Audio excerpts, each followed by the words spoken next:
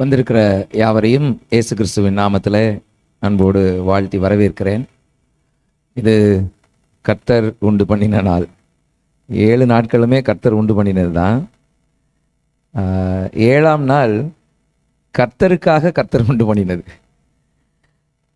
அதை நம்ம மாற்றி இப்போ முதல் நாளை அனுசரிக்கிறோம். இந்த முதல் நாள் உயிர்த்தெழுதலின் நாளாக நாம் கொண்டாடுகிறோம். அதனால தான் சாட்டர்டேயிலிருந்து நம்ம வர்ஷிப்பை சண்டேக்கு ஸ்விட்ச் ஓவர் பண்ணியிருக்கிறோம். ஞாயிற்றுக்கிழமை ஆராதனை அப்போஸ்தலர் காலத்திலிருந்தே ஆரம்பித்தாயிற்று. இன்றைக்கி நேற்று ஆரம்பித்ததில்லை, அப்போஸ்தலர்கள் காலத்திலிருந்தே ஆரம்பிச்சாயிடுச்சு. Book of apostles, acts apostles நீங்கள் வாசிச்சிங்கன்னா அதில் அதற்கான ஆதாரங்களும் இருக்குது. ஞாயிற்றுக்கிழமையை நாம் சரியாக அனுசரிக்கக்கூடாதபடிக்கு ஒரு போராட்டம் இருந்துக்கிட்டே இருக்கும். டில் அவர் டெத். அவ்வளவு எளிமையாக இந்த ஞாயிற்றுக்கிழமையை நம்ம கடந்து போயிட முடியாது. ஏதாவது ஒரு சிக்கலை நம்ம ஃபேஸ் பண்ணுற மாதிரி இருக்கும். இதுக்கு என்ன காரணம் அப்படின்லாம் நம்ம யோசிக்கணும்னு அவசியம் இல்லை. நீங்களும் நானும் முழு மனதோடு கர்த்தரை ஆராதிக்கக்கூடாது என்று ஒருவன் திட்டமிட்டு கொண்டே இருக்கிறான். அவ்வளோதான், வேற ஒன்றும் கிடையாது. அதனால் அதை தூக்கி அப்படியே ஓரத்தில் வச்சுட்டு நான் தேவனை ஆராதிப்பேன் அப்படின்னு வந்திருக்கிற உங்கள் எல்லாரையும் பார்த்து கர்த்தர் சந்தோஷப்படுகிறார், அவர் மகிமைப்படுகிறார். அடிக்கடி நான் சொல்கிற வசனம் இது. யோவான் பத்மு தீவிலே இருந்தபோது நாள் எது கிழமை எதுன்னு தெரியாது. வயதான ஒரு மனிதர், ஏறத்தாழ 90 வயதுகளை கடந்த ஒரு மனிதராக அவர் இருக்கிறாருங்க பத்மு தீவில். நாள் எது கிழமை எதுன்னு தெரியாது, ஆள் அரவமில்லாத ஒரு தீவு. ஆனால் அவர் எழுதுறாரு, கர்த்தருடைய நாளில் நான் ஆவிக்குள்ளானேன். அது அந்த உணர்வு இருக்கணும். கர்த்தருடைய நாள் அப்படின்னு சொன்னால் நாம் ஆவிக்குள்ளாக வேண்டும், கர்த்தரை சந்திக்க வேண்டும், கர்த்தரிடத்தில் போக வேண்டும் அப்படிங்கிற ஒரு உணர்வு நமக்குள்ளே இருக்க வேண்டும். ஒரு 90-95 வயதான நபருக்கு வருதுன்னா, வாலிபர்களாய், மிடில் ஏஜ் மக்களாய், இன்னும் 30-40 வருஷ வாழ்க்கையை கையில் வச்சிருக்கிறவர்களாய் நாம் எவ்வளவு தேவனுடைய சமூகத்துக்குள்ளே வந்து சேரணுன்றத நாம் யோசிப்போம். நாம் போக வேண்டிய தூரம் இன்னும் ரொம்ப ஜாஸ்தியாக இருக்குது. நம்ம போக வேண்டிய தூரம் ரொம்ப ஜாஸ்தியாக இருக்குது. இப்போ போக வேண்டிய தூரம் ஜாஸ்தியாக இருக்குன்னா, அந்த போக வேண்டிய தூரத்துக்கான பலனை தருகிறவராய் கர்த்தர் இந்த நாளிலே நம்மோடு கூட வெளிப்படுகிறார். நீ போக வேண்டிய பிரயாணம் அதிகம் அப்படின்னு கர்த்தர் ஒருத்தரை பார்த்து சொன்னார். யாரை பார்த்து சொன்னார்? எலியாவா? Very good. அதே எலியாவை பற்றி தான் இன்றைக்கி நம்ம பார்க்க போகிறோம். ராஜாக்களின் காலத்திலே வாழ்ந்த ஒரு மிகப்பெரிய தீர்க்கதரிசி எலியா. மிகப்பெரிய தீர்க்கதரிசி எலியா. அதுக்கு அடுத்து வந்த தீர்க்கதரிசி யாரு? எலிசா. எலியா, எலிசா. எலியா பெரியாளா, எலிசா பெரியாளா? எலிசா. அப்படிதான் நினைக்கிறான் அவன். ஆமாம், 2 பேரும் பெரியாள் இல்லை, கர்த்தர் பெரியாள். எலியாவும் எலிசாவும் எந்த ஊழியக்காரரையும் கம்பேர் பண்ண கர்த்தர் சொல்லித்தரல. நம்ம என்ன யோசிக்கிறோன்னா, ரெட்டிப்பான ஆசீர்வாதத்தை எலிசா வாங்கி கொண்டார், அதனால எலியாவை விட எலிசா பெரியாள்னு நம்ம நினைக்கிறோம். இன்னைக்கு நமக்கு உண்மை தெரிஞ்சிடும் யார் பெரியாள்னு. சரிங்களா? வாங்க மோதி பார்க்கலாம். எலியாவா எலிசாவா? 2 ராஜாக்கள் புத்தகம் 2வது அதிகாரம் 1-12 வரை. 2 ராஜாக்கள் புத்தகம் 2வது அதிகாரம் 1-12 வரை. ஒருவர் ஒரு வசனம் வாசிப்போம். கர்த்தர் எலியாவை சுழல் காற்றிலே பரலோகத்துக்கு எடுத்துக்கொள்ள போகிற போது எலியா எலிசாவோடே கூட கில்காலிலிருந்து புறப்பட்டு போனான். எலியா எலிசாவை நோக்கி, நீ இங்கே இரு, கர்த்தர் என்னை பெத்தேல் மட்டும் போக அனுப்புகிறார் என்றான். அதற்கு எலிசா, நான் உம்மை விடுகிறதில்லை என்று கர்த்தரின் ஜீவனையும் உம்முடைய ஜீவனையும் கொண்டு சொல்லுகிறேன் என்றான். அப்படியே இருவரும் பெத்தேலுக்கு போனார்கள். அப்பொழுது பெத்தேலில் இருந்த தீர்க்கதரிசிகளின் புத்திரர் எலிசாவினிடத்தில் வந்து, இன்றைக்கு கர்த்தர் உனக்கு தலைமையாயிருக்கிற உன் எஜமானை உன்னை விட்டு எடுத்துக்கொள்வார் என்பது உனக்கு தெரியுமா என்றார்கள். அதற்கு அவன், எனக்கு தெரியும், சும்மா இருங்கள் என்றான். பின்பு எலியா அவனை நோக்கி, எலிசாவே, நீ இங்கே இரு, கர்த்தர் என்னை எரிகோ மட்டும் போக அனுப்புகிறார் என்றான். அதற்கு அவன், நான் உம்மை விடுகிறதில்லை என்று கர்த்தருடைய ஜீவனையும் உம்முடைய ஜீவனையும் கொண்டு சொல்கிறேன் என்றான். அப்படியே அவர்கள் எரிகோவுக்கு வந்தார்கள். எரிகோவிலிருந்து தீர்க்கதரிசிகளின் புத்திரர் எலிசாவினிடத்தில் வந்து, இன்றைக்கு கர்த்தர் உனக்கு தலைமையாயிருக்கிற உன் எஜமானனை உன்னை விட்டு எடுத்துக்கொள்வார் என்பது உனக்கு தெரியுமா என்று அவனை கேட்டார்கள். அதற்கு அவன், எனக்கு தெரியும், சும்மா இருங்கள் என்றான். பின்பு எலியா அவனை நோக்கி, நீ இங்கே இரு, கர்த்தர் என்னை யோர்தானுக்கு அனுப்புகிறார் என்றான். அதற்கு அவன், நான் உம்மை விடுகிறதில்லை என்று கர்த்தருடைய ஜீவனையும் உம்முடைய ஜீவனையும் கொண்டு சொல்கிறேன் என்றான். அப்படியே இருவரும் போனார்கள். தீர்க்கதரிசிகளின் புத்திரரில் 50 பேர் போய் தூரத்திலே பார்த்து கொண்டு நின்றார்கள். அவர்கள் இருவரும் யோர்தான் கரையிலே நின்றார்கள்.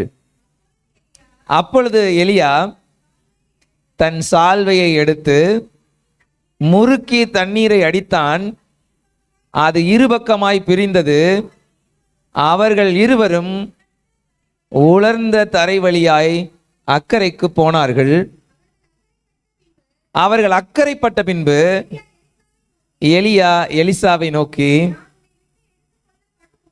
நான் உன்னை விட்டு எடுத்துக்கொள்ளப்படும் முன்னே நான் உனக்கு செய்ய வேண்டியது என்ன கேள் என்றான்.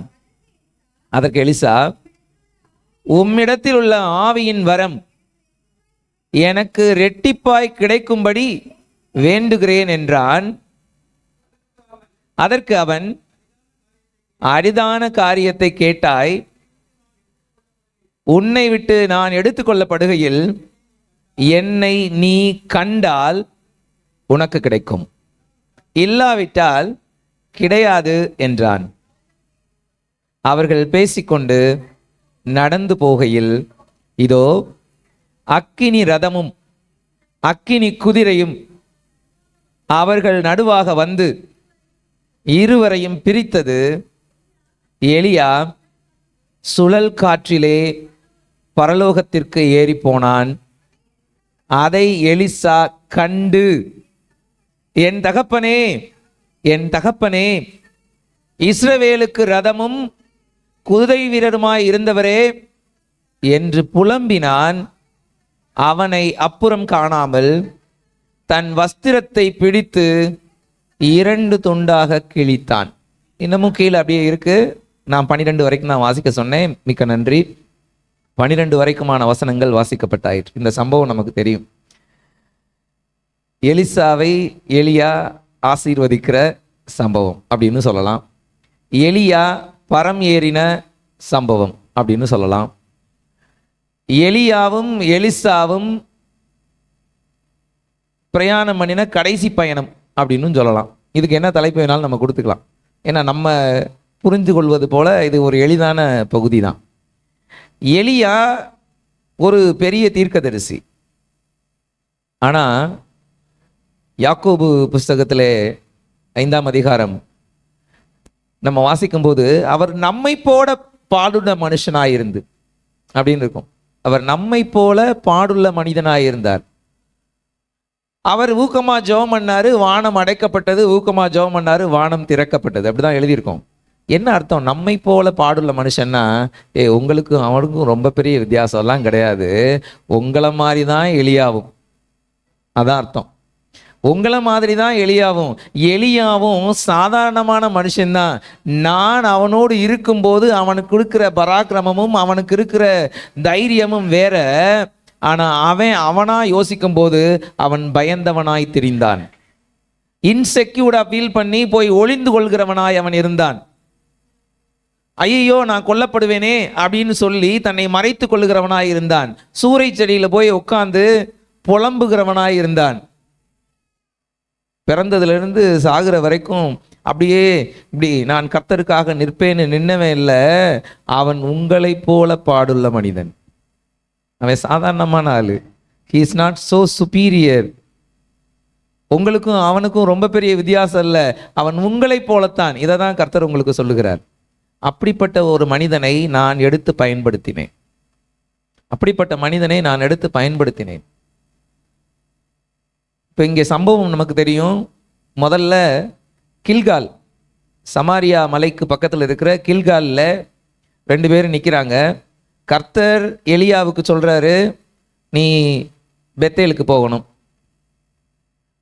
பெத்தேலுக்கு போகிறாங்க.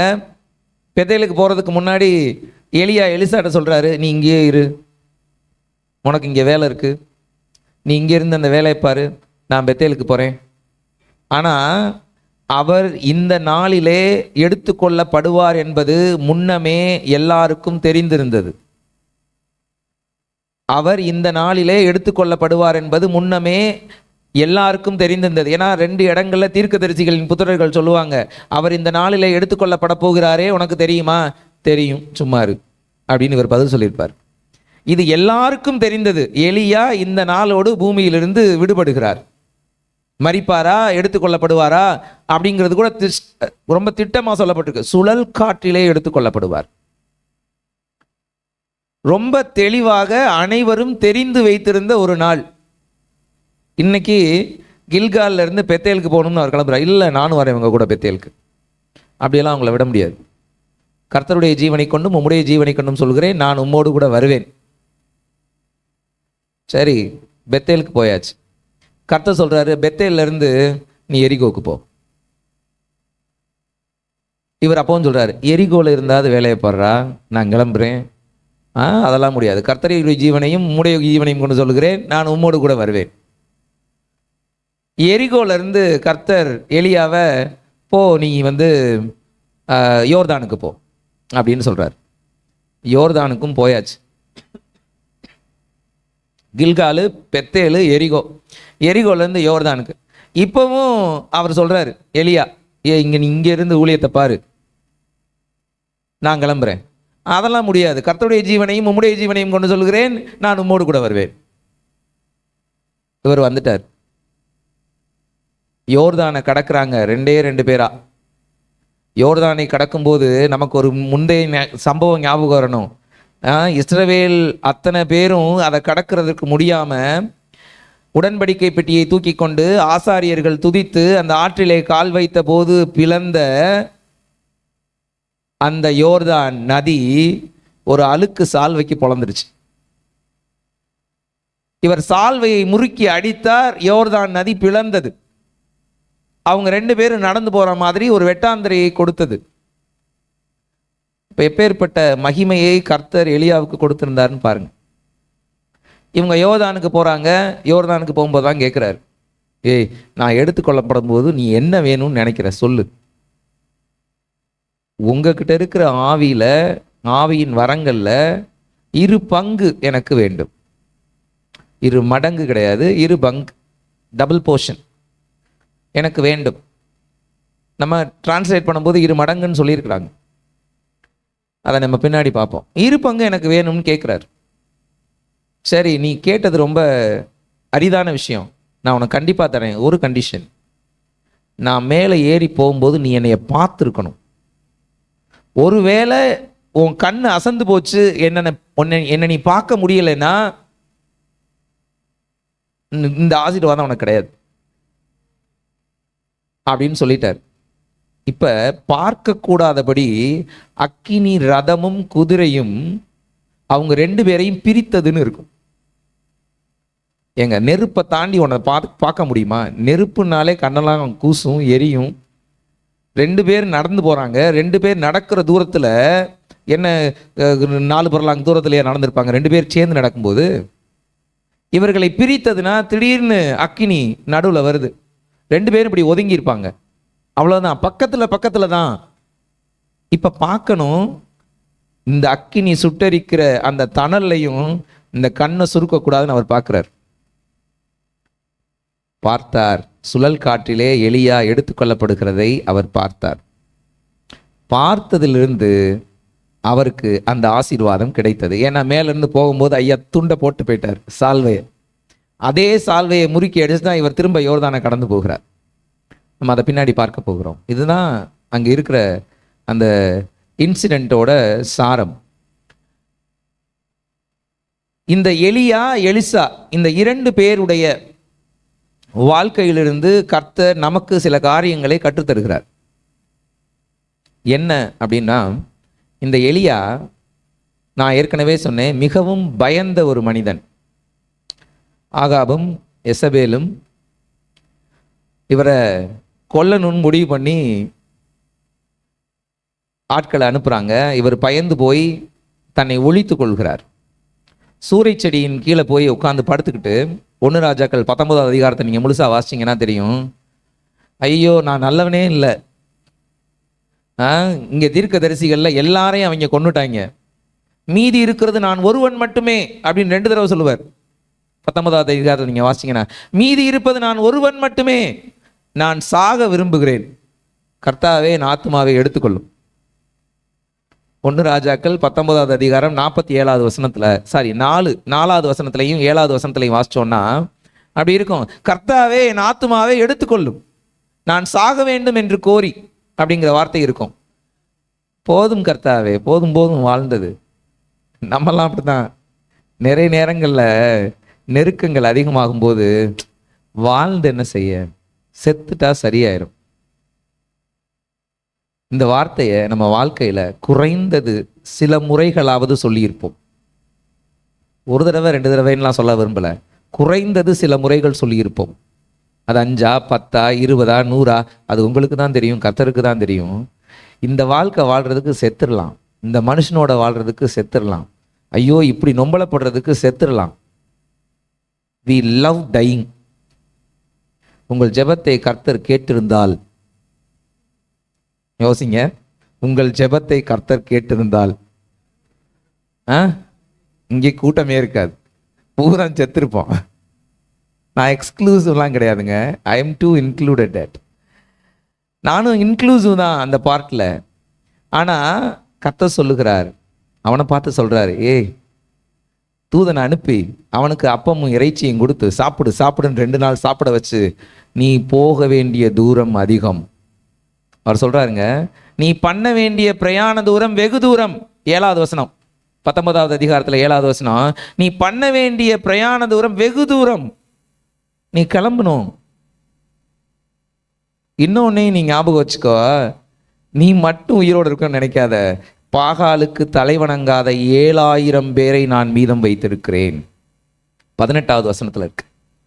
1 ராஜாக்கள் 19வது அதிகாரத்தில் 18வது வசனத்தில் இருக்கு. நீ ஒருத்தன்ற ஒருத்தன்ல 7000 பேர் இருக்கான் உன்ன மாதிரி. இப்பதான் அவனுக்கு விளங்குது, கர்த்தர் என்னை கொண்டு ஒரு திட்டம் வைத்திருக்கிறார். எங்க நாம் எல்லாரும் சாகணும்னு தாங்க விரும்புகிறோம். நிறைய நேரங்களில் வாழ்றது பிடிக்குமா சாகிறது பிடிக்குமான்னா என்ன கேட்டால் சாகிறது தான் பிடிக்கும். ஏன்னா நிம்மதியாக இருக்கலாம், பிக்கல் இல்லை, பிடுங்கல் இல்லை, எதிர்காலத்தை பற்றி யோசிக்க வேண்டியதில்லை, இந்த பிள்ளையை எப்படி கட்டி கொடுப்போம்னு யோசிக்க வேண்டியதில்லை, இந்த சின்னது ஒன்று இருக்கே அந்த சேட்டை எப்படி சமாளிக்கணும்னு யோசிக்க வேண்டியதில்லை, கூடவே ஒன்று இருக்கே ஐயோ அது படுத்துறதை எப்படி தாங்கிறதுன்னு யோசிக்க வேண்டியதில்லை. I need not to think of anything. வேலைக்கு போக வேண்டியதில்லை. குறிப்பாக வேலைக்கு போகிறது எவ்வளோ கஷ்டம் தெரியுமா? அதுவும் ஒருத்தருக்கு கீழே வேலை பார்க்குறது எவ்வளோ கஷ்டம் தெரியுமா? வீட்டுக்கார மக்களை கூட சமாளிச்சிடலாம். ஆனால் நம்மளுடைய மேனேஜர்ஸை, நம்மளுடைய மேலே இருக்கிற அதிகாரிகளை சமாளிப்பதற்கு தனியாக ஒரு பலன் வேணும். It is not possible to bear nowadays the leaders, so called leaders. ஏன்னா எல்லாரும் பாஸாக தான் இருக்காங்க, லீடர்ஸாக யாரும் இல்லை, நல்ல தலைவர்களாக யாரும் இல்லை, எல்லாம் அதிகாரிகளாகத்தான் இருக்கிறார்கள். உண்மைதான். அவங்களுக்கு கீழே என்ன வேலை பார்க்கறது? இப்போ என்ன பிடிக்குது? ஒருத்தர் இறந்துட்டா என்ன சொல்கிறோம்? அவர் இளைப்பாறுகிறார்னு சொல்கிறோம். அப்போ வாழ்ந்தா என்ன அர்த்தம்? இளைப்பு இல்லைன்னு அர்த்தம். எல்லாருக்குமே சாகதாங்க பிடிச்சிருக்கு. அப்படி ஒரு வாழ்க்கையை தான் நம்ம விரும்புகிறோம். அதனால தான் சொல்கிறோம், இந்த நொம்பலெல்லாம் போதும், நான் சாகணும்னு நினைக்கிறேன், இந்த பிரச்சனையெல்லாம் போதும், நான் சாகணும்னு நினைக்கிறேன், போதும், இனி நான் இருந்து என்ன சாதிச்சேன், இனி என்ன இருக்குது, எல்லா கடமைகளையும் முடிச்சிட்டேன். நீங்கள் சொன்னீங்கல்ல, வானத்திலேருந்து அக்னியை இறக்கியாச்சு. நூற்றுக்கணக்கான ஆயிரக்கணக்கான பாகாலுடைய பூசாரிகளை கொன்னாச்சு. இப்போ ராஜா என்னைய கொள்றதுக்கு தேடுறாரு. என்ன செய்ய? நீங்கள் சொன்னதை நான் முடிச்சிட்டேன், என் வேலை தான் முடிஞ்சிருச்சுல, நான் செத்து போகிறேன் ஆண்டவரே அப்படின்னு சொல்லிக்கிட்டு இருக்கிறவர்கிட்ட கர்த்தர் சொல்லுகிறார், நீ தனியால, உனக்கு 7000 பேர் இருக்கிறார்கள் துணைக்கு. நீ பிரயாணம் பண்ண வேண்டிய தூரம் ரொம்ப ஜாஸ்தி, நீ எழுந்து கிளம்புன்றார். அந்த ஆரம்பம்தான் அவனுடைய ஊழியத்தின் ஆரம்பம். அது வரைக்கும் அவன் செஞ்சது கர்த்தர் யார் என்பதை இந்த பூமிக்கு காட்டினான், அவ்வளோதான். அதுக்கு பின்னாடி தான் அவன் ஊழியம் செய்கிறான். எப்படி ஊழியம் செய்கிறான்?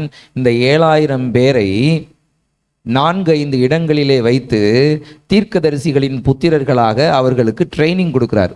4 பைபிள் காலேஜ் நடத்துகிறார். 4 பைபிள் காலேஜ் நடத்துகிறார். இந்த 4 இடம் தான் கில்காலு, பெத்தேல், யோர்தான், மன்னிக்கணும், எரிகோ, யோர்தான். என்ன நீங்கள் இப்படி ரொம்ப தெளிவாக சொல்லிடுறீங்க? ஆமாங்க, கில்காலிருந்து அவர் பெத்தேலுக்கு போகிறாரு. பெத்தேலில் இருக்கும் தீர்க்கதரிசிகள், அப்படிதான் இருக்கும் அங்கே வார்த்தை, தீர்க்கதரிசிகளின் புத்திரர்கள் இருக்காங்க, வார்த்தை இருக்கு. 3 ஃபர்ஸ்ட் பார்ட். பெத்தேலில் இருக்கிற தீர்க்கதரிசிகளின் புத்திரர்கள், அப்படியே வாங்க. எரிகோவில் இருக்கும் தீர்க்கதரிசிகளின் புத்திரர், அப்படியே வாங்க. யோர்தானில் இருக்கும் தீர்க்கதரிசிகளின் புத்திரன் இருக்கா? இல்லை. ஆனால் 50 தீர்க்கதரிசிகள் தூரமாய் நின்றார்கள்னு இருக்கும். தீர்க்கதரிசிகளின் புத்திரர்கள் யோர்தான்ல 50 பேர் அங்கே தூரமாக நிற்கிறாங்க. 4 இடங்களுமே பைபிள் காலேஜ் இருக்கு. அவருக்கு ஒரு ஊழியம் கொடுக்கப்பட்டது, இந்த 7000 பேரையும் மேய்க்கணும், நீ தான் மேய்க்கணும். இதில் 2 ராஜாவை நீ அபிஷேகம் பண்ணணும். ஒரு பெர்சிய ராஜாவை அபிஷேகம் பண்ணு, இஸ்ரவேல் ராஜாவை 2 பேரை அபிஷேகம் பண்ணு. 15வது 16வது வசனங்கள்ல இருக்கும். 19வது அதிகாரத்தில் 1 ராஜாக்கள் 19ல் 15 16ல் இருக்கு. சீரியா ராஜாவை அபிஷேகம் பண்ணு, இஸ்ரவேல் ராஜாவை அபிஷேகம் பண்ணு. அப்புறம் உன் ஸ்தானத்தில் ஒருத்தனை நீ நியமிக்கணும்ல, அதுக்கு ஒருத்தர் இருக்கான், எலிசான்னு ஒருத்தர் இருக்கான், அவனையும் அபிஷேகம் பண்ணு. இதுதான் அந்த வார்த்தைகள். சொல்றாரு, இனிமே பிரச்சனை வந்தா பிரச்சனை பண்றவங்கள சீரியாவின் ராஜா கொஞ்சம் கொன்றுவான், மிச்சம் இருக்கிற ஆளை இஸ்ரவேலின் ராஜா கொன்றுவான். உனக்கு பிரச்சனை இல்லை, நீ பயப்படாமல் போய் ஊழியத்தை பார். இப்போதான் எலிசாவை செலக்ட் பண்ணுறதுக்கு இவர் வர்றார். வந்தால் இவர் 12வது ஏரை பூட்டிக்கிட்டு அப்படி போயிட்டு இருக்கிறார். 12 ஏர் மாடுகளை வைத்து உழவு செய்து கொண்டிருந்தார்கள். இதில் 12வது கலப்பையை பிடிச்சிருக்கிறது மிஸ்டர் எலிசா. இந்த எலிசாவுக்கு மேலே தோளில் சால்வையை போடுறாரு. சால்வையை போட்டதும் என்ன நடந்துச்சுன்னு தெரியல, அங்கே எழுதப்படலை. எலிசா உடனே அப்படியே எல்லாத்தையும் எடுத்துட்டு, நான் போய் எங்கள் அப்பாவையும் எங்கள் அம்மாவையும் முத்தம் செஞ்சுட்டு வந்துடுறேன் அப்படின்னு சொல்கிறார். சரி, முத்தம் செஞ்சுட்டு வந்துட்டார். சும்மா வரலைங்க, இனிமே திருப்பி இந்த வேலைக்கு நான் வரக்கூடாதுன்னு எந்த ஏர்மாடை ஓட்டினாரோ அதே ஏர்மாடை அடித்து அதே ஏற்கலப்பையை வச்சே சமைச்சு, கலப்பையும் மாடு இருந்தால் தானே திரும்ப அந்த வேலைக்கு வருவோம், சமைச்சு அவருக்கே விருந்து கொடுத்துட்டு, வாங்க தலைவரே நம்ம கிளம்புவோம் அப்படின்னு எலியாவோடு எலிசா கிளம்பி விட்டார். எலிசாவுக்கு மிகப்பெரிய பிரயாணத்தை கர்த்தர் வைத்திருந்தார். சாகணும்னு நினைக்கிற, ஓய்வெடுக்கணும்னு நினைக்கிற, இந்த நொம்பலம் போதும்னு நினைக்கிற உங்களுடைய தாட்டுக்கெல்லாம் கர்த்தர் சொல்லுகிற முதல் வார்த்தை, இன்னும் நீங்கள் போக வேண்டிய பிரயாண தூரம் அதிகம், நீங்கள் ஓடுங்கள், உங்களுக்கு அவர் பலன் தருவார். ஓடுங்கள், பலன் தருவார். இதான் முதல் பாயிண்ட். ஓடுங்க, கடைசி வரைக்கும் ஓடுங்க. சாகிற வரைக்கும் இவன் 4 அந்த தீர்க்கதரிசிகளின் புத்திரர்களுக்கான பள்ளிக்கூடத்தை விசிட் பண்றார். கில்கால்ல இருக்கிறாரு ஒரு பள்ளிக்கூடத்தில். கர்த்தர் சொல்லுகிறார், நீ இன்னைக்கு போக போறீல, பொறுப்புகளை ஒப்படைக்கணும்ல, இங்கே செட்டில் பண்ணி முடிச்சுட்டு நீ அப்படியே பெத்தேலுக்கு போ. பெத்தேலில் செட்டில் பண்ணி முடிச்சுட்டு எரிகோவுக்கு போ. எரிகோலையும் செட்டில் பண்ணி முடிச்சுட்டு யோர்தானுக்கு போ. யோர்தானையும் செட்டில் பண்ணி முடிச்சுட்டு வா அக்கறைக்கு, நான் அவனை கூட்டிகிட்டு போகிறேன். கடைசி நாள் வரைக்கும் அவன் ஊழியம் செய்தான். கடைசி நாள் வரைக்கும் அவன் ஊழியம் செய்தான். பெத்தேலிருந்து கில்காலுக்கு ஏறத்தாழ 18 கிலோமீட்டர். கில்காலிலிருந்து எரிகோவுக்கு ஏறத்தாழ 16 கிலோமீட்டர். கில்காலிலிருந்து யோர்தானுக்கு ஏறத்தாழ 10 கிலோமீட்டர். இப்போ எவ்வளோ தூரம்? சரி, 20 10 கூட வச்சுக்கோங்க, 50 கிலோமீட்டர். ஒரு நாளைக்கு 50 கிலோமீட்டர் நடக்கணும். ஒரு நாளைக்கு 50 கிலோமீட்டர் நடக்கணும். இதில் இன்னைக்கு தான் இவருக்கு லாஸ்ட் டேன்னு வேற நிர்ணயிச்சிருக்கிறாங்க. இவர் செட்டில் பண்ண வேண்டிய விஷயம் எவ்வளோ இருக்கும்? கர்த்தர் சொன்னதை அவர் கேட்டார். கர்த்தர் என்னை பெத்தேலுக்கு அனுப்புகிறார், கர்த்தர் என்னை எரிகோவுக்கு அனுப்புகிறார், கர்த்தர் என்னை யோர்தானுக்கு அனுப்புகிறார். அப்படிதான் சொன்னார். அவர் அனுப்புகிறார். நீ இங்கே இருந்து இந்த பைபிள் காலேஜை பார்த்துக்க, இந்த பள்ளிக்கூடத்தை பார்த்துக்கொள் என்று அவனை சொல்லுகிறார். கடைசி நாள் மட்டும் ஓடுகிற பலத்தை கர்த்தர் உங்களுக்கு வைத்திருக்கிறார். வச்சிருக்கிறாருங்க. நீங்களா நினச்சிக்க கூடாது, எனக்கு எல்லாம் முடிஞ்சு, I am going to be in rest. You are going to be in rest only in your grave, not at somewhere else. உங்கள் கல்லறைகளில் தான் நீங்கள் இளைப்பாற முடியுமே ஒழிய இந்த பூமியிலே அல்ல. பூமியிலே நீங்கள் ஓட வேண்டிய பிரயாண தூரம் அதிகம். ஓடுங்கள், ஓடுங்கள். நம்ம போல ஒருத்தன் 5:17 யாக்கோபுல, நம்ம போல ஒருத்தன், அவன்கிட்ட பயம் இருந்தது, திகில் இருந்தது, இன்செக்யூரிட்டி இருந்தது. அத்தனையும் தாண்டி கர்த்தர் அவனோடு இடைப்பட்டார். கர்த்தர் அவனோடு இடைப்பட்டார். 2 ராஜாக்கள் 1வது அதிகாரத்தை வாசிச்சோம்னா அங்கேயும் ஒரு ராஜாவுக்கும் இவருக்கும் டக்காஃபார். நான் வசனங்கள் சொல்லலை, சின்ன அதிகாரம் தான், நீங்கள் வாசிங்க.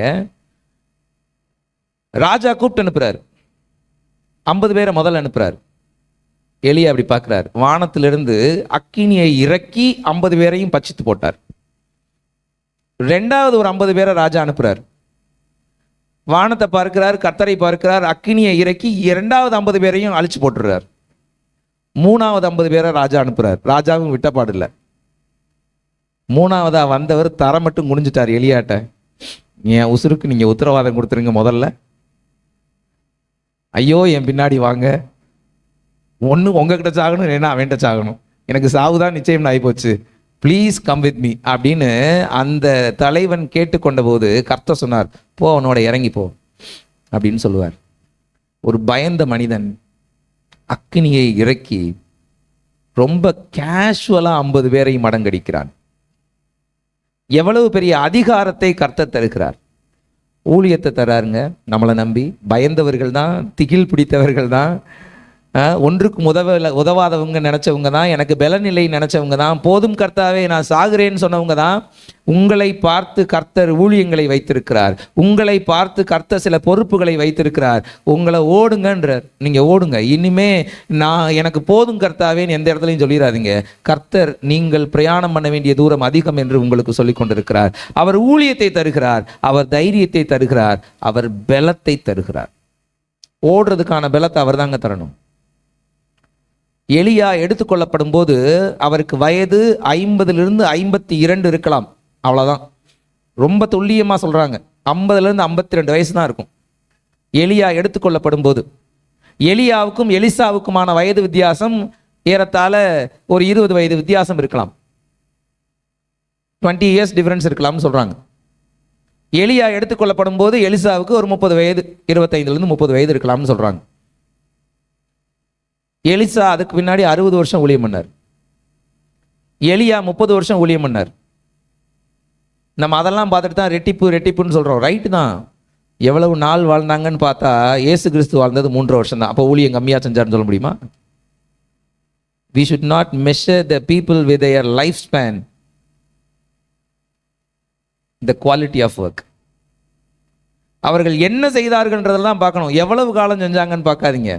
ஒரு வேலையை ஒரே ஆள் 100 மணி நேரமும் செய்யும், 4 மணி நேரமும் செய்யும். It is possible. இவர் ஊழியத்தை தருகிறார், தைரியத்தை தருகிறார், பலத்தை தருகிறார். பலத்தை தருகிறார், பலன் தருகிற கர்த்தர். நீங்க ஓடுவதற்கான பலத்தை அவர் தருகிறார். நீங்க இனி எனக்கு அவ்வளவுதான், எல்லாம் ஓஞ்சிச்சு அப்படின்னு நீங்க நினைக்கவே நினைக்காதீங்க. He makes you busy. He makes you busy. உங்களை ரொம்ப பிஸியாக மாற்றுகிற தேவன் உங்களுடைய தேவன். உங்களை முடங்கி போக விடவே மாட்டார். நீங்க முடங்கி போறீங்கன்னா உங்களை தேற்றுவதற்கு தூதர்களை அனுப்புவார். உங்களை போஷிப்பதற்கு வானத்து உணவுகளை அனுப்புவார், வார்த்தைகளை அனுப்புவார். எல்லாம் உன்னை கம்ஃபர்ட் பண்ண பின்னாடி தான் அவர் சொல்லுவார், நீ போக வேண்டிய தூரம் ஜாஸ்தி, நீ கிளம்பிப்போ. எடுத்த எடுப்பில் உங்களை கையை பிடிச்சி இழுத்து நீ செஞ்சாலே செய்யணும்னு ஒரு நாளும் பலவந்தப்படுத்துகிற கர்த்தர் நம்முடைய கர்த்தர் அல்ல. என் மனதை அவர் அப்படியே இலக்கிடுவார் அவருடைய அன்பினாலே. நீ எப்படி இப்படி சொல்லலாம், நான் உனக்கு இவ்வளவு செஞ்சிருக்கேன் அப்படின்னு அவர் கேட்க மாட்டார். ஒரு நாளும் குத்தி காட்டாத, சொல்லி காட்டாத தேவன் நம்முடைய தேவன். நம்முடைய உறவுகளில் ஒன்று கூட குத்தி காட்டாததும் கிடையாது, சொல்லி காட்டாததும் கிடையாது. எல்லாமே குத்தியும் காட்டும், எல்லாமே சொல்லியும் காட்டும். No exemption in that. கணவன் மனைவியில் கூடவா? ஆமாம், அங்கே தான் நிறையா இருக்கும். அங்கே தான் நிறையா இருக்கும். பிள்ளைகள்கிட்ட பெற்றோர் கண்டிப்பாக சொல்லுவாங்க, உனக்கு எவ்வளவு செலவு பண்ணுற, நீ என்ன பண்ணுற, what how you given the return to me? ஒன்றும் கொடுக்கல. பின்னாடி பிள்ளைங்க சொல்லுவாங்க, ஏம்மா உனக்கு இவ்வளவு ஆஸ்பத்திரிக்கு செலவு பண்ணுற, இவ்வளவு கொடுமைப்படுத்துறியம்மான்னு கேட்பாங்க. எல்லா இடத்துலையும் சொல்லி காட்டுவதும் குத்தி காட்டுவதும் இருக்கும். என் கர்த்தர் அப்படி செய்கிறவரே அல்ல. நீங்கள் சோர்ந்து போன நேரத்தில் உங்களை எப்படி கம்ஃபர்ட் பண்ணணுமோ அப்படி கம்ஃபர்ட் பண்ணி நீங்கள் ஓட பலன் தந்து அவர் அனுப்புகிறார். என் கிருபை உனக்கு போதும், உன் பலவீனத்திலே என் பலன் பூரணமாய் விளங்கும். நீங்க பலவீனப்பட்டிருக்கும் போதுதான் கர்த்தருடைய பலன் பூரணமாய் விளங்கும். நீங்க பலவீனப்பட்டிருக்கும் போதுதான் கர்த்தருடைய பலன் பூரணமாய் விளங்கும். எல்லாரும் எனக்கு என்ன இருக்கு ஓடுறதுக்குன்னு நினைக்கிறீங்களா? உங்களை கொண்டு கர்த்தர் செய்ய விரும்புவது அநேகம். ஏன்னா உங்களை மாதிரி எத்தனையோ பேரை கர்த்தர் வைத்திருக்கிறார். நான் ஒருத்தன் தான் சொன்னவனுக்கு கர்த்தர் 7000 பேரை காட்டினார். உங்க சூழல்ல எத்தனையோ பேர் உங்களை சுற்றி இருக்கிறார்கள். அவர்களுக்கு நீங்கள் ஊழியம் செய்ய வேண்டும் என்று கர்த்தர் விரும்புகிறார். யாருக்கோலாம் நீங்க செய்யணும்னு அவசியம் இல்லை, உங்க சூழலில் இருப்பவர்களுக்கு நீங்கள் செய்யுங்கள். நான் ஒருத்தன் தான் சொன்ன வேண்டாம் 7000 பேரை காட்டினார்ல. நீங்களும் அப்படிதான் நினைக்கிறீங்க, நான் ஒருத்தி தான் அப்படி கஷ்டப்படுறேன். இதே கஷ்டத்துல எத்தனையோ பேர் இருக்கிறாங்க. கூப்பிட்டு ஊழியம் பண்ணுங்க. உங்களை கர்த்தர் மகா பெரிய தீர்க்கதரிசியாக மாற்றுவார். ஓடுங்கள், பலன் தருவார். ரெண்டாவது, இப்பயே அப்படியே நம்ம சுவிட்ச் ஓவர் ஆகணும். எலிசாட்ட இப்ப எலியாவை பார்த்தோம் இல்லையா? எலிசாட்ட சுவிட்ச் ஓவர் ஆகும். எலிசா 3 தடவை சொல்றாரு, நான் உம்மை விடுகிறதில்லை என்று கர்த்தரின் ஜீவனையும் உம்முடைய ஜீவனையும் கொண்டு சொல்லுகிறேன் என்றான். அப்படியே இருவரும் ஊருக்கு போனார்கள், பெத்தேலுக்கு போனார்கள், எரிகோவுக்கு போனார்கள், யோர்தானுக்கு போனார்கள். அந்த ஒரு வார்த்தை தான் மாறும்.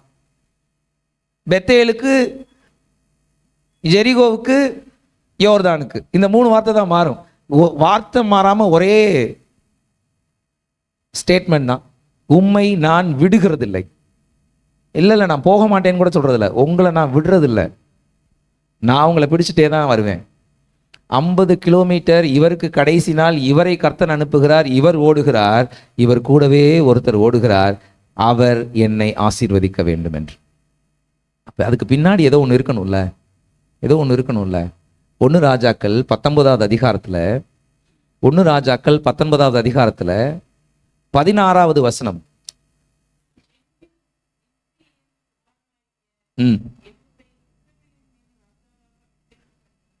அதுக்கு முன்னாடி இருக்கிற வசனத்துல சீரிய ராஜாவை அபிஷேகம் பண்ணு, இப்ப இஸ்ரவேல் ராஜாவை யெகூ அவரை அபிஷேகம் பண்ணு, சாப்பாத்தின் குமாரனாகிய எலிசாவை உன் ஸ்தானத்தில் தீர்க்கதரிசியாக அபிஷேகம் பண்ணு என்று கர்த்தர் சொன்னார்.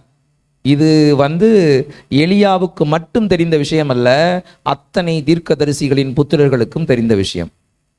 எலியா எப்படி இந்த நாளிலே சுழல் காற்றிலே தேவன் எடுத்துக்கொள்ளுவார்னு சொன்னாங்களோ, அது எல்லாருக்கும் தெரிந்திருந்ததோ, அதே போல எலியாவுக்கு பிற்பாடு அந்த ஸ்தானத்திலே வரப்போகிறவர் எலிசாதான் என்பது தீர்க்கதரிசிகளின் புத்திரர் அத்தனை பேருக்கும் தெரியும்.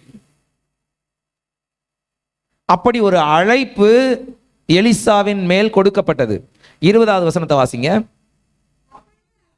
அப்பொழுது அவன் அந்த சால்வையை போட்ட பின்னாடி அப்பொழுது அவன் மாடுகளை விட்டு எலியாவின் பிறகே ஓடி என் தகப்பனையும் என் தாயையும் முத்தம் செய்ய உத்தரவு கொடும், அதற்கு பின்பு உம்மை பின்தொடர்வேன் என்றான். அந்த வார்த்தையை அண்டர்லைன் பண்ணிங்க, உம்மை பின்தொடர்வேன் என்றான்.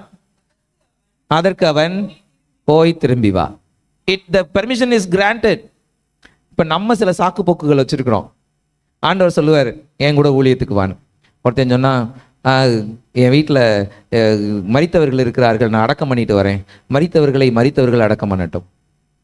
கலப்பையின் மேல் கை வைத்து விட்டு பின்னிட்டு பார்க்கிறது ஊழியக்காரனுக்கு அழகு இல்லைன்னு சொல்லி அனுப்புவார். என்ன அப்போ மரித்தவர்கள் அடக்கம் பண்ணோம்னா என்ன அர்த்தம்னா, நம்ம என்ன புரிஞ்சுக்கிறோம்னா சாவுக்கு கூட போகக்கூடாதுன்னு கர்த்தர் சொல்கிறாரு. அப்படி யோசிக்காதீங்க. நம்ம சாக்கு போக்கெல்லாம் எப்படி இருக்குன்னு தெரியுமா?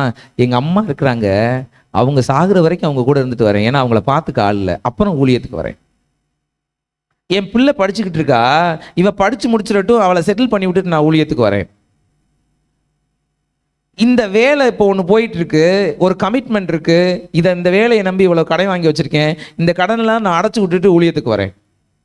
இந்த சாக்கு போக்கு இருக்கு பார்த்தீங்களா? இந்த சாக்கு போக்கை சொல்லாதிருங்கள். இதெல்லாம் சாக போறவங்க செய்கிற வேலை.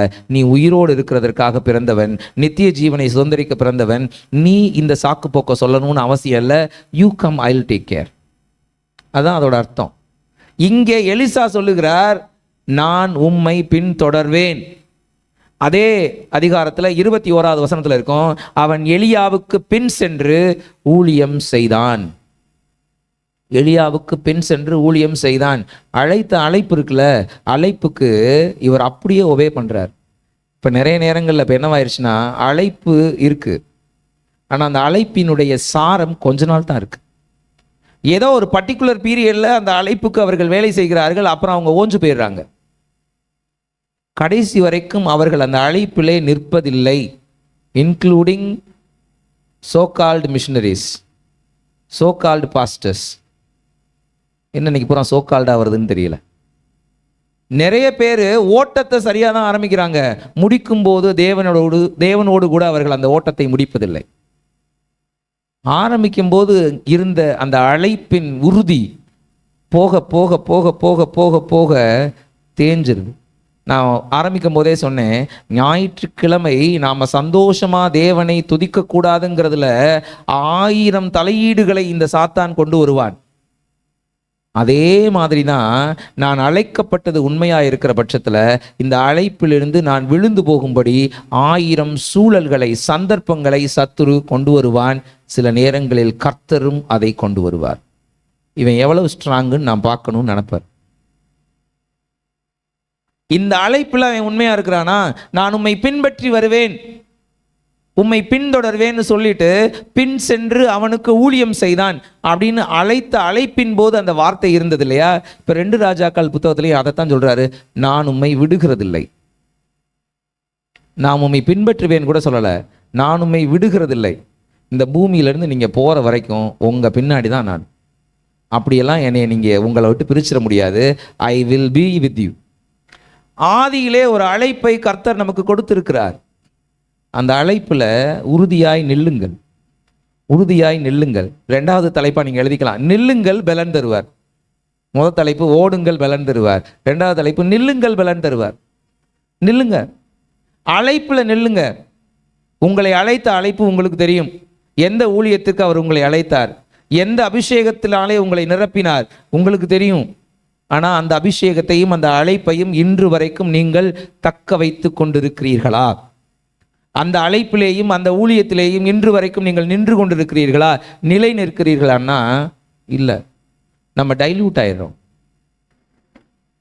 நம்முடைய அழைப்பு நலிந்து போயிடுது, மெலிஞ்சு போயிடுது, தேஞ்சு போயிடுது. வேற எதையோ நோக்கி நம்ம ஓட ஆரம்பிச்சிடணும். அழைப்பை மறந்து போகிறோம், மறந்தே போயிடுறோம், நினப்புக்குள்ளேயே வர்றதில்லை. உங்களுக்கென்று ஒரு அழைப்பை கர்த்தர் வைத்திருக்கிறார். ஆதி அன்பு மாதிரி ஆதி அழைப்புன்னு ஒன்று இருக்குங்க. உங்கள் எல்லாருக்கும் ஒரு அழைப்பு இருக்கு. என்ன, ஊழியக்காரர்களுக்கு தான் அழைப்பு, விசுவாசிகளுக்கு ஒரு அழைப்பா? அழைப்பு தான். இந்த குடும்பம் கூட உங்களுக்கு கொடுக்கப்பட்ட அழைப்பு தான். கமிட்மெண்ட்டை மீறுறது இப்போ ரொம்ப சர்வசாதாரணமாயிருக்கு.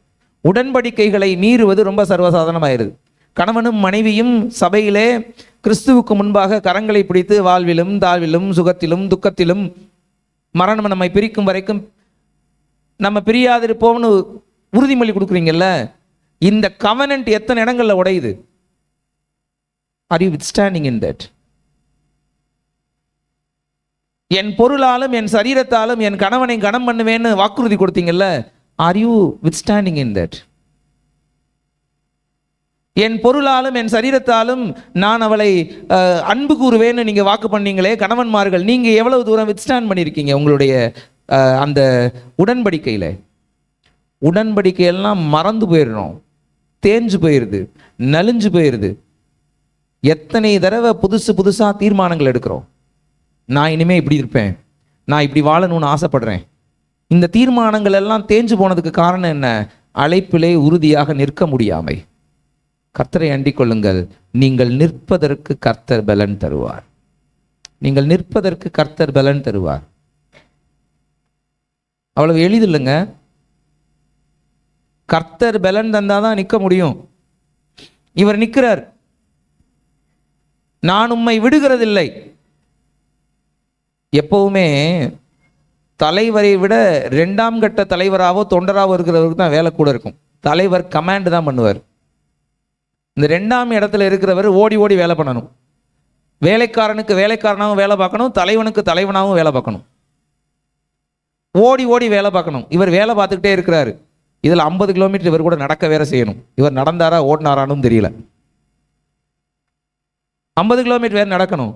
சோர்ந்து இருக்க மாட்டாரு? டயர்டாக இருந்திருக்காது? உடல் வருத்தமாக இருந்திருக்காது? எதுலையும் அவர் விடலை. நான் உம்மை விடுகிறதில்லை. ஆதி அழைப்பை நாம் விடக்கூடாது. நம்ம தடுமாறுறதுக்கான சூழல் வரும், நம்ம பின்மாறுறதுக்கான சூழல் வரும். கர்த்தரே சில உறுதியை சோதிக்கும்படியாக சில சம்பவங்களை அவர் கொடுப்பார் நம்ம வாழ்க்கையில். இப்போ எலியாவே சொல்றார், நீ இங்கே இரு. நீ கில்காலில் இருந்து ஊழியத்தை பாரு, நீ பெத்தேல்ல இருந்து ஊழியத்தை பாரு, நீ எரிகோவில் இருந்து ஊழியத்தை பாரு, நீ இங்கே இரு அப்படின்னு எலியாவே எலிசாட சொன்னார். இவரை மட்டம் தட்டணுன்றதுக்காகவோ கூட வரக்கூடாதுன்றதுக்காகவோ எலியா இந்த வார்த்தையை சொல்லவில்லை. இவன் எவ்வளவு அழுத்தமாய் ஆணித்தரமாய் கர்த்தரை நேசிக்கிறான், என்னை பின்தொடர்வான் அப்படிங்கிறத இந்த உலகம் பார்க்கும்படியாக இந்த சோதனை அவனுக்கு முன்பாக வைக்கப்பட்டது. இப்போ அவர் சொல்றாரு, நான் அவங்களோட வருவேன் அப்படின்னா அது டிஸ்ஒபீடியன்ஸ் கிடையாது, இட்ஸ் அ கமிட்மெண்ட். நான் அழைக்கப்பட்ட அழைப்பினுடைய உறுதியிலே நான் நிற்க போறேன். நான் உங்களை பின்தொடர்வேன் தானே உங்களுக்கு வாக்கு பண்ணினேன், அந்த வாக்கை நான் இறுதி மூச்சுள்ளவரை செய்வேன் அப்படின்னு தான் எலியாவை பின்தொடர்கிறார். அதுதான் அந்த வார்த்தை, நான் உம்மை விடுகிறதில்லை. நான் உம்மை பின்தொடர்வேன்னா என்ன அர்த்தம்? இல்லை நான் வர்றேன்னு அர்த்தம். நான் உம்மை விடுகிறதில்லைன்னா நான் அன்னைக்கு சொன்னேன்ல, அதெல்லாம் கைவிட முடியாது, நான் சொன்னதின்படி தான் வருவேன். அதான் அர்த்தம். நான் உம்மை விடுகிறதில்லை, I will not leave you. வைராக்கியமாய் இவன் ஓடுகிறான். இவன் தடுமாறுறதுக்கு அங்கே வாய்ப்பு இருக்கு. நமக்கு தானே சால்வே நம்ம மேலே தானே போட்டாங்க, இவருக்கு அடுத்து நான் தானே அன்னைக்கே சொல்லிட்டாங்க. இன்னொருக்கா எனக்கு எதுக்கு இந்த அபிஷேகம் ஆசீர்வாதம் எல்லாம், இவர் போனா போகட்டும், இவருக்கு பின்னாடி நான் தானேன்னு கூட அவர் நினைக்கல. நான் ஃபாலோ பண்ணுவேன். எங்க எலியாவை எலிசா பின்தொடர்ந்து போகவில்லையாயினும் எலியாவின் இடத்திலே நியமிக்கப்பட்டவன் தான் எலிசா. போகலைனாலும் அந்த ஊழியத்தை அவர் செய்திருப்பார். இதிலெல்லாம் எந்த மாற்று கருத்தும் கிடையவே கிடையாது. ஏன்னா அவர் அபிஷேகம் பண்ணப்பட்ட நாளிலேயே தீர்க்கதரிசியாக மாறிவிட்டார். என்ன அங்க பேச்சுவார்த்தை நடந்தது? ஒன்றும் நடக்கல. எலியா வந்தார், தோல்ல இருக்கிற சால்வை எடுத்து அவர் தோல்ல போட்டார், அவர் பின்னாடி கிளம்பி போயிட்டார். இங்கே ஏதாவது வார்த்தை பரிமாற்றம் இருந்ததா? ஆவி பரிமாற்றம் இருந்தது. அதனாலதான் ரொம்ப எளிமையா ஒரு வார்த்தை கூட பேசாமல் இவர் அவருக்கு பின் சென்றார். இப்ப இங்கே நாம் தடுமாறுவதற்கு பின்மாறுவதற்கு வாய்ப்புகள் கர்த்தராலே வழங்கப்பட்டாலும் கூட he is so strong in his call. அழைக்கப்பட்ட அழைப்பிலே அவர் உறுதியாய் நிற்கிறார். நான் உம்மை விடுகிறதில்லை. இப்போ தடுமாறுறதுக்கு ஒரு வாய்ப்பு இருக்குது, பின்மாற ஒரு வாய்ப்பு இருக்குல்ல, தடுமாற ஒரு வாய்ப்பு இருக்குது. இந்த தீர்க்கதரிசிகளின் புத்திரர்கள் எங்கெல்லாம் போனாங்களோ அவங்க பூரா கேட்குறாங்க, ஏய், இன்றைக்கு கர்த்தர் உனக்கு தலைமையாக இருக்கிற உன் எஜமானனை உன்னை விட்டு எடுத்துக்கொள்வார் என்பது உனக்கு தெரியுமா என்றார்கள். ஓ, எலியாவை இன்னைக்கு கூட்டிட்டு போயிடுவாரே, உனக்கு தெரியுமா? எங்க ஒரு 20-30 வருஷம் ஒருத்தரோட கூடவே இருக்கிற ஒரு நபர், கூடவே இருக்கிற நபர் இப்போ ஒருத்தர் இல்லாம போக போறார். அந்த வருத்தம் நம்மளை பாதிக்குமா பாதிக்காதா? பாதிக்கும். இன்னைக்கு அவர் இல்லாம போக போறார். நம்ம வீட்டில் அப்படி ஒரு சூழல் இருந்துச்சுன்னா நம்ம மனநிலை எப்படி இருக்கும்? வயதானவர்களை வீட்டில் வைத்திருக்கும் போது இன்னைக்கு சாயந்தரம் இவங்க இறந்துருவாங்க அப்படின்னு நம்மகிட்ட சொல்லிட்டாங்கன்னா அவர்களை நாம் பார்க்கிற பார்வையும் இல்லை அவர்களுடைய இழப்பை நாம் யோசிக்கும் போது நமக்கு வருகிற அங்கலாய்ப்பும் வார்த்தையில் சொல்ல முடியாது. நம்ம ஃபேஸ் பண்ணியிருக்கோம், எல்லார் வீடுகள்லையும் அதை நம்ம ஃபேஸ் பண்ணியிருக்கிறோம், எல்லார் வீடுகள்லையும் நம்ம அதை சந்திச்சிருக்கிறோம். அதை ஓவர் கம் பண்ணாமல் நம்ம வந்ததே இல்லை. எலியா இன்றோடு நம்மோடு இல்லை, உனக்கு தெரியுமா? உன்னே தானே கூடவே கூப்பிட்டுக்கிட்டு திரியிறாரு, எங்களை எல்லாம் இங்கே தானே வச்சிருக்கிறாரு, உன் கூடவே இருக்கிறவர் இனிமே உனக்கு இல்லை. ரொம்ப தெளிவாக வார்த்தையை பாருங்க, உனக்கு தலைமையாக இருக்கிற. ஏன் அவங்களுக்கு தலைமை இல்லையா? இஸ்ரவேலின் புத்திரர்களுடைய அந்த பள்ளிக்கூடத்திற்கு இவர் தானே ஃபவுண்டரு. நமக்கு தலைமையாக இருக்கிறன்ற வார்த்தை கூட இல்லை, உனக்கு தலைமையாக இருக்கிற உன் எஜமானை உன்னை விட்டு, எல்லா இடத்துலையுமே உன் எடுத்துக்கொள்வார் என்பது உனக்கு தெரியுமா? அவன் சொன்னான், எனக்கு தெரியும், சும்மா இருங்கள். கடுப்பா சொன்ன மாதிரி இந்த வார்த்தையை நம்ம வாசிக்கிறோம். அப்படி இல்லை, விடுப்பா நான் பார்த்துக்கிறேன், அதுதான் அதோட அர்த்தம். விடு, நான் பார்த்துக்கிறேன், எனக்கு தெரியும், நான் பார்த்துக்கிறேன். துக்கம் நம்முடைய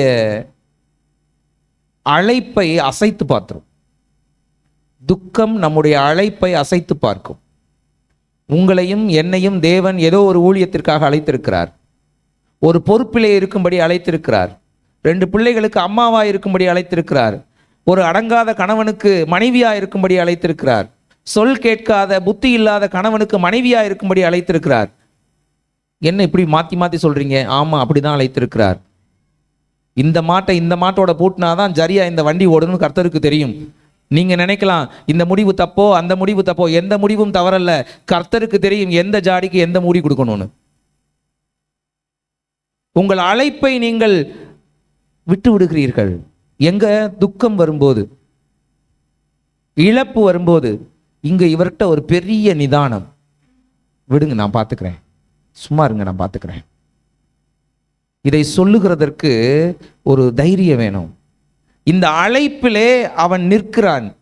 பின்மாறுவதற்கு வாய்ப்பு வந்த போதும் அவர் பின்மாறல, தடுமாறுவதற்கு வாய்ப்பு வந்த போதும் அவர் தடுமாறல. நான் பார்த்துக்கிறேன் அப்படின்னு நிதானமாக சூழலை கையாளுகிறான். நிதானம் தான் ரொம்ப பிரதானம், நிதானம் தான் ரொம்ப பிரதானம். சில விஷயங்களை ஆற போட்டாலே அழகாயிரும் விஷயம். காய்ச்சி பூச்சுன்னு கத்தி ஒரு முடிவு எடுக்கணும்னு அவசியம் இல்லை. ஐயையோ இன்னைக்கு போக போறீங்களான்னு சாகிறதுக்கு முன்னாடியே ஒருத்தனுக்கு ஒப்பாரி பாடினா அந்த எலியா என்ன பண்ணியிருப்பார்? பாவம், நான் வல்ல பரலோகத்துக்குன்னு சொல்லியிருப்பார். எலியா எடுத்துக்கொள்ளப்படும் போது இருக்கிற அந்த மென்டல் டிப்ரெஷன் ரொம்ப ஜாஸ்தி கூட இருக்கிறவங்களுக்கு, அதுவும் கூடவே இருந்த ஒருத்தருக்கு. சுற்றி இருந்த தீர்க்கதரிசிகளின் புத்திரர்கள் கண்கள்ல எல்லாம் ஒரு மாதிரி வெறுப்போடும் பொறாமையோடும் பார்க்கப்பட்ட ஒரு நபர் தான் இந்த எலிசா. அதான் இந்த வார்த்தையில பார்க்கிறோம். இன்றைக்கு கர்த்தர் உனக்கு தலைமையாக இருக்கிற உன் எஜமானனை உன்னை விட்டு எடுத்துக்கொள்வார் என்பது உனக்கு தெரியுமா? எல்லா இடத்துலையும் உன்ன, நமக்கு நாமவே கிடையாது. உன் துக்கத்துக்கு நாங்க வரலப்பா ஷேரிங்க்கு, நீயே தான் அனுபவிக்கணும். அதான் அர்த்தம். நீ வந்து நிப்பையில, அப்போ உன் பக்கத்தில் நாங்கள் நிற்க மாட்டோம். அதுதான் இது, அதோட இன்டைரக்ட் அர்த்தம். நீ தலைவனாய் வருவாய் அல்லவா, எலியாவின் இடத்துல நீ வருவேல, அப்போ நாங்கள் உனக்கு ஒபே பண்ண மாட்டோம் அப்படிங்கிறது தான் அதோட இன்டைரக்ட் மீனிங். இப்படி விரோதிக்கிற ஆட்களும் இருக்கிறாங்க. இவர்களையும் ஜென்டிலாக ஹேண்டில் பண்ணணும். நம்ம பாஸ்டர் மாதிரி, ஆமாம், மூஞ்சிக்கு நேரம் வந்தாலும் சிரிச்சுக்கிட்டே பதில் சொல்லணும். முதுகுக்கு பின்னாடி வந்தாலும் சிரிச்சுக்கிட்டே பதில் சொல்லணும். அது எப்படி முடியும்னு தெரியல. அசட்டிவ்னஸ்ன்றாங்க இதை. அசட்டிவ்னஸ் எத்தனை பேருக்கு வரும் நமக்கு தெரியல. இந்த அசட்டிவ்னஸ் இந்த எலிசாட்ட இருந்துச்சு. நோவை கூட சிரிச்சுக்கிட்டே சொல்லணுமா? நோ, நமக்கு வராது. அறிவில்லை, உனக்கு இதை செய்யாதேன்னு சொல்லியிருக்கேன் அப்படின்னு ஆரம்பிக்கும் போதே. அசட்டிவ்னஸ் இந்த முகத்தை ரொம்ப இயல்பாக வச்சுக்கிட்டு கோபத்தையும் வெறுப்பையும் மென்மையான வார்த்தைகளில் வெளிப்படுத்துறது. ட்ரை பண்ணுங்க வாழ்க்கையில். சில இடங்களில் கொஞ்சம் கொஞ்சம் நடிக்க தான் வேணும். நடிக்கவே மாட்டேன், நான் pure man of god, women of god, நாங்கள்லாம் அப்படியே மனசில் இருக்கிறத கொட்டிடுவோம். கர்த்தர் மனசில் இருக்கிறதெல்லாம் கொட்டினா நரகம் தான் நமக்கெல்லாம். ஒரு பட்டியல் போட்டால் பிறந்ததுலேருந்து இப்போ வரைக்கும் நான் செஞ்சதை பூரா அவர் மனசில் இருக்கிறதெல்லாம் நினைக்கலையே. அவரை போல இருக்கும்படி தான் நம்மளை படைத்தார். அவருடைய ஜீவ சுவாசத்தை நம் நாசியிலே ஊதினார். ஏன்? அவருடைய சுபாவங்களை நான் கொண்டிருக்கும்படியாக. அந்த சுபாவம் நமக்குள்ள வேணும்ல. ஆதி அழைப்பை நாம் விட்டுவிடாது இருக்க வேண்டும். பின்மாற்றத்திற்கு வாய்ப்பு வந்தாலும் நான் அதை தட்டிவிட தெரிஞ்சிருக்கணும். தடுமாற்றத்திற்கு வாய்ப்பு வந்தாலும் அதை நான் தட்டிவிட தெரிஞ்சிருக்கணும். நிதானமாக சூழலை கையாண்டு என் அழைப்பிலே நான் உறுதியாக நிற்க வேண்டும். நில்லுங்கள், அவர் பலன் தருவார். நில்லுங்கள், பலன் தருவார். சில முயற்சி தான். நில்லுங்கள், பலன் தருவார். எங்கெல்லாம் உங்களுக்கு கோபம் வருதோ அங்கெல்லாம் அமைதியாகுங்க. நில்லுங்கள், பலன் தருவார். எங்கெல்லாம் இது கர்த்தருக்கு விரோதமானதுன்னு நினைக்கிறீங்களோ அங்கெல்லாம் மென்மையாக உறுதியாக பேசுங்கள். கர்த்தர் உங்களுக்கு பலன் தருவார். பலன் தருவார். எங்கேயும் கத்தி பேசணும்லாம் அவசியம் இல்லை. மெதுவாய் சொல்லுங்கள். அமைதியான சில வார்த்தைகளுக்கு அழுத்தமான அதிகாரம் உண்டு. கத்தணும்னு அவசியம் இல்லை. சிலர் பிள்ளைகளை வளர்க்குறது வெளியவே கேட்காது. அந்த சத்தம், அம்மா சத்தமும் கேட்காது, பிள்ளை சத்தமும் கேட்காது. சில வீடுகளில் பாருங்கள், அம்மா சத்தம் 4 தடவை கேட்கும், பிள்ளை சத்தம் 8 தடவை கேட்கும். ரொம்ப அழகாக பிள்ளை வளர்ப்பார்கள். ஏன்னா அவங்களுடைய அழுத்தமான வார்த்தைகள் அப்படி தான். எங்கேயுமே அழுத்தமே இருக்காது. எல்லாம் காக்கா காக்கான்னு கத்திக்கிட்டே இருந்தால் அந்த வார்த்தைகளுக்கு மரியாதையே இருக்காது. கத்துகிறவர்களுக்கு மரியாதை இருக்காது. முதல்ல அதை பார்த்துக்கோங்க. கத்துக்கிற யாருக்கும் மரியாதையே இருக்காது. நம்ம குடும்பத்தில் சொந்தக்காரவங்கன்னு ஒருத்தவங்க இருப்பாங்க. கோடி ஒரு வசனம் இருக்குது, 12வது வசனம். அவர் எடுத்துக்கொள்ளப்படும் போது அவன் துக்கித்து, தகப்பனே தகப்பனே அப்படி கூப்பிடுறான் பாருங்க. இஸ்ரவேலுக்கு ரதமாகவும் குதிரையாகவும் இருந்தவரே அப்படின்னு சொல்லி துக்கம் தாழாமல் தன் உடையை கிழித்து கொண்டான். இவ்வளவு நேரம் பொறுமையா இருந்தான் எலியா பரமேறுகிற வரைக்கும். இப்ப எலியாட்ட இருந்து அவர் விரும்புகிற விஷயம் என்னன்னா புத்திர ஸ்வீகாரம், தலைச்சன் பிள்ளைக்கான வரம், சேஷ்ட புத்திர பாகம். எனக்கு 5 பிள்ளைங்க இருக்குன்னா நான் பங்கு 6 போடணும். முதல் 2 பங்கு முதல் பிள்ளைக்கு, மிச்சம் இருக்கிற 4 பங்கு மிச்சம் இருக்கிற 4 பிள்ளைகளுக்கு. 2 பங்கு யாருக்கு தான்? மூத்த பிள்ளைக்கு. இதைத்தான் அவர் கேட்கிறாரு. 2 மடங்கு அந்த ஆவியின் வரத்தை எனக்கு கொடுத்துட்டு போங்க. மற்றவங்களுக்கு கொடுக்கறத விட 2 பங்கு எனக்கு கொடுத்துட்டு போங்க. அதான் அதோட அர்த்தம். டபுள் போர்ஷன் தான். Double portion, I need it, எனக்கு கொடுங்கன்னு கேட்கிறார். என்னைய உங்களுடைய வாரிசா சொல்லுங்க, ஏத்துக்கோங்க. என்ன உங்களுடைய பிள்ளையா நீங்க அங்கீகரிங்க. இதுவரைக்கும் உங்களுக்கு நான் சேவகனா இருந்தேன், என்னைய உங்க பிள்ளையா நீங்க அங்கீகரிங்க. எனக்கு அந்த சேஷ்டபுத்திர பாகத்தை கொடுங்க. நான் உங்களுடைய தலைச்சன் பிள்ளையா இருக்க எனக்கு அனுமதி கொடுங்கன்னு கேட்கறது தான் அந்த ரெக்வஸ்ட். அதனாலதான் எலியா சொன்னாரு, உன்னுடைய வேண்டுதல் அரிதாய் இருக்கிறது. It is so rare to see. இப்படி கேட்குறவங்கள நான் பார்த்ததில்ல. ஏற்கனவே சொல்லியாச்சுங்க, உன் ஸ்தானத்திலே எலியாவுக்கு பதிலாக எலிசா வருவார்னு. இந்த இதெல்லாம் கேட்கலைனாலும் எலியாவுக்கு பதிலாக எலிசா தான். ஆனால் இங்கே அவர் கேட்கிறார், உன் பிள்ளையாகும்படி எனக்கு ஒரு பெர்மிஷனை கொடுங்க. இந்த தலைச்சன் பிள்ளைக்கான அந்த பேரை எனக்கு கொடுங்க, அந்த வரத்தை எனக்கு கொடுங்க அப்படின்னு கேட்கிறார். இந்த வாரிசு உரிமையை அவர் கேட்கிறார். அப்பதான் சொல்றாரு, நீ என்னை பார்த்தேன்னா பெற்றுக்கொள்வாய்.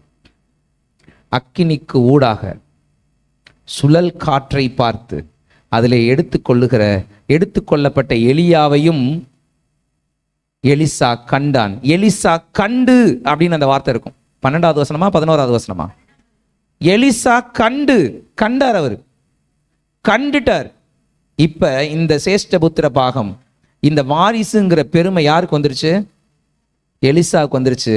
அதுக்கு அடுத்த வார்த்தையிலிருந்து கூப்பிடுறாரு, தகப்பனே தகப்பனே. கர்த்தரும் அப்படிதாங்க. அவருடைய உயிர்த்தெழுந்து பரமேறுகிற வரைக்கும் நான் அவரை பார்த்து கொண்டே இருக்க வேண்டும் என்று கர்த்தர் விரும்புகிறார். அவர் பிறந்ததிலிருந்து பரமேறுகிற வரைக்கும் அதுல ஒரு விஷயத்தை கூட மிஸ் பண்ணாம நான் அதை ட்ரஸ்ட் பண்ணணும்னு நினைக்கிறாரு. அப்படி நான் அதை விசுவாசிக்கும் போது எனக்கு முதல் பேரானவனுடைய மகிமையை தருகிறார். எனக்கு முதல் பேரானவனுடைய மகிமையை தருகிறார். இவனுக்கு கொடுக்கப்பட்டாயிற்று, நமக்கும் கொடுக்கப்படுகிறது. பரமேறின கர்த்தரை அப்போஸ்தலர்கள் கண்டு அவரிலும் அதிகமானவைகளை இந்த பூமியிலே செய்தார்கள். என்ன காரணம்? எல்லாருக்கும் தலைச்சன் பிள்ளைக்குரிய வரங்களை கர்த்தர் கொடுத்து சென்றார். இனிமே சேஷ்டபுத்திரன்னா ஒருத்தர் கிடையாது, எல்லாரும் சேஷ்டபுத்திரன் தான். எல்லாருக்கும் 2 பங்கு. வா, you are my first child, உனக்கும் 2 பங்கு தான். வா, you are my first child, உனக்கும் 2 பங்கு தான். வா, நாம் அவருடைய புத்திரராகும்படி கர்த்தர் நம்மை அழைத்திருக்கிறார். இப்போ நாம் விஜிலண்ட்டாக இருக்கணும். We suppose to be vigilant. எல்லா காரியத்திலையும், அவரை சந்தோஷப்படுத்துகிற எல்லா காரியத்திலையும் விஜிலண்ட்டாக இருக்கணும். இப்போ 3 தடவை இங்கேயே இருன்னு சொல்லிட்டார் மாஸ்டர். நான் போக மாட்டேன்னு எலிசா நிற்கல. இப்போ நான் உம்மை விடுகிறதில்லை அப்படின்னு எலிசா சொல்லும் போதெல்லாம் எலியாவுக்குள்ள என்ன நடந்திருக்கும்? ஒரு மகிழ்ச்சி.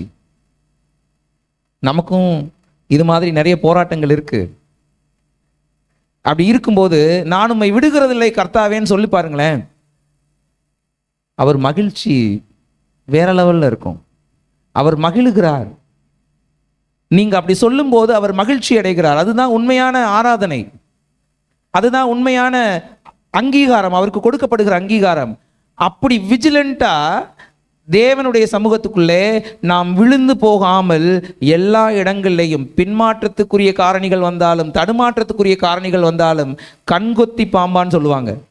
அப்படி கண்ணை விழிச்சு நாம் எல்லா இடத்துலையும் அவேரா விஜிலண்டா இருக்கணும்னு கர்த்தர் விரும்புகிறார். அப்படி நாம் செய்யும்போது கர்த்தர் நமக்கு பலன் தருகிறவராக மட்டுமல்ல பலன் தருகிறவராகவும் இருக்கிறார். 7வது வசனத்தை வாசிங்களேன். 50 பேர் தூரத்தில் நின்றார்கள். 50 பேர் தூரத்தில் நின்றார்கள். 50 தீர்க்கதரிசிகளின் புத்திரர்கள் தூரத்திலே நின்றார்கள். பக்கத்தில் நின்னது யாரு? எலிசா. கர்த்தருக்கு பக்கத்தில் நிற்கும் பேரை கர்த்தர் உங்களுக்கு தருவார். எல்லாரும் தூரத்தில் நிற்பாங்க, நீங்க செல்ல பிள்ளை மாதிரி பக்கத்திலே நிற்பீர்கள். எல்லாருக்கும் யோர்தானை பிளந்து நடக்கிற அனுபவம் கிடைக்காது. நீங்கள் அந்த அனுபவத்திலே கடந்து போவீர்கள். அவர்கள் அக்கறைப்பட்டார்கள்னு இருக்கும் 8வது வசனம். அவர்கள் அக்கறைப்பட்டார்கள். எஸ், உங்க வாழ்க்கையில இந்த கரையை எப்படி கடப்பேன், நீங்க மலைக்கிற இடங்கள்ல எல்லாம் நீங்கள் அக்கறைப்படுவீர்கள். உங்களை கரை சேர்க்கிற கர்த்தராக நம்முடைய கர்த்தர் வெளிப்படுகிறார். உங்களை அப்படி கையில் கூட்டிட்டு போயிடுவார். நீங்க சால்வை எடுத்து அடிக்கணும்னு அவசியம் இல்லை. அவர் அடித்து அந்த யோர்தான் நதியை பிளந்து வெட்டாந்தரையில் நடக்கிறது போல உங்கள் ஒருவருக்காக அதை வெட்டாந்தரையாக்கி நடத்தி கூட்டி போவார். லட்சோபலட்ச ஜனங்களுக்கு தான் செங்கடல் பிளக்கணும்னு அவசியம் இல்லை. உங்கள் ஒருவருக்காகவும் காரியத்தை அவர் செய்கிறவராக இருக்கிறார். இது பலன் இல்லையா? இது பலன் இல்லையா? அப்படியே திருப்பி பார்த்தோம்னா எலியா பரமேறி போறாரு, திருப்பி யோர்தானை கடக்கணும்ல. திருப்பி கடக்கும்போது எலியாவின் சால்வையை கொண்டு எலிசா முறுக்கி யோர்தானை அடித்தார். வெட்டாந்தரையாச்சு, இவர் கடந்து போனார். இப்ப எலியாவினுடைய ஆவி எங்க வந்துருச்சு? எலிசாவுக்கு வந்து விட்டது. இப்ப சால்வை இவர் முறுக்கி அடிச்சாலும் யோர்தான் பிளக்கிறது. எரிகோவுக்கு போகிறார் எலிசா, பெத்தேலுக்கு போகிறார் எலிசா, சமாரியாவுக்கு திரும்புகிறார் எலிசா. இது எல்லாமே அந்த அதிகாரத்தில் இருக்கிறது தான். எங்கிருந்து வந்தாங்களோ அதே இடத்துக்கு திருப்பி போகிறார். விச் மீன்ஸ் தட் அவர் விட்டு சென்ற அத்தனை பொறுப்புகளையும் திரும்ப இவர் கையில் எடுக்கிறார். இயேசு கிறிஸ்து விட்டு சென்ற அத்தனை பொறுப்புகளையும் நீங்களும் நானும் கையில் எடுத்து செய்ய வேண்டும் என்று கிறிஸ்து விரும்புகிறார். கிறிஸ்து விரும்புகிறார். விஜிலண்டா இருங்க. உங்களை நம்பி தேவன் பொறுப்புகளை தருவார். உங்களை நம்பி தேவன் நிறைய அதிசயங்களையும் அற்புதங்களையும் செய்வார். நீங்கள் கிறிஸ்துவிடத்திலிருந்து பலனை பெற்றுக்கொள்வீர்கள். பலனை மட்டுமல்ல, பலனை பெற்றுக்கொள்வீர்கள். பலனை பெற்றுக்கொள்வீர்கள். 3 விஷயம் தான் உங்களுக்கு சொல்லியிருக்கேன். ஓடுங்கள், பலன் தருவார். நில்லுங்கள், பலன் தருவார். விழித்திருங்கள், பலன் தருவார். பலனும் தருவார். பயத்திலையும் மன அழுத்தத்திலையும் இருந்து சாக விரும்புகிறேன்னு சொல்ற என்னை அவர் வேலைக்காக ஓடச் செய்து, அழைப்பிலே நிற்கச் செய்து, எப்போதும் விழிப்புடன் வைத்திருந்து அவருடைய வாரிசு நான் என்று என்னை இந்த உலகத்துக்கு அவர் பிரகடனப்படுத்துவார். which means that நான் அவருடைய பிள்ளை என்பதை யாரும் சொல்லாமலே அனைவரும் அறிந்து கொள்வார்கள். என் கூட கர்த்தர் இருக்கிறார் என்பதை யாரும் சொல்லாமலே எல்லாரும் அறிந்து கொள்வார்கள். அப்படி ஒரு சூழலை தேவன் உங்களுக்கு உருவாக்கி தருவார். நீங்கள் செய்ய வேண்டியது 3 தான். ஓடுங்க, நில்லுங்க, விழிப்பாயிருங்க. கர்த்தர் உங்களை எடுத்து பயன்படுத்துவாராக. எழுந்திருப்போமா? ஜெபம் பண்ணுவோம்.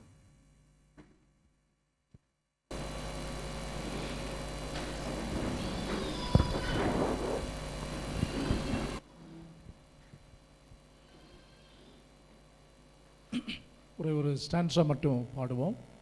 யோர்தானை கடந்து வந்தோம், கிருபை எம்மை சூழ்ந்து கொள்ளும் கிருபை, கர்த்தரில் மகிழ்வோம், களி கூர்ந்திடுவோம், கண்டடைந்தோம் கிருபையில். யோர்தானை கடந்து வந்தோ, எங்கள் இயேசுவின் பலன் அடைந்தோ. யோர்தானை கடந்து வந்தோ, எங்கள் இயேசுவின் கால் வைக்கும் தேசம் இயேசு தருவார், காத்திருந்தே அடைவோம். கால் வைக்கும் தேசம் இயேசு தருவார், காத்திருந்தே அடைவோம். கிருபை எம்மை சூழ்ந்து கொள்ளும் கிருபை, கர்த்தரில் மகிழ்வோம், களி கூர்ந்திடுவோம், அடைந்தோம் கிருபை.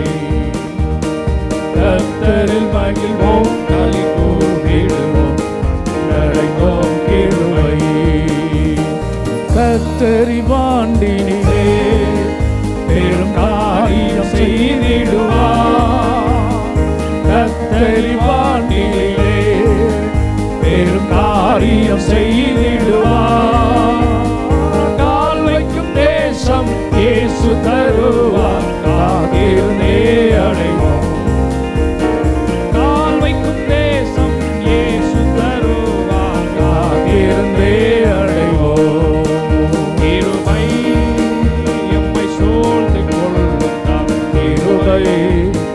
கர்த்தரில் மகிழ்வோம், களி கூர்ந்திடுவோம், அடைந்தோம் கிருபை.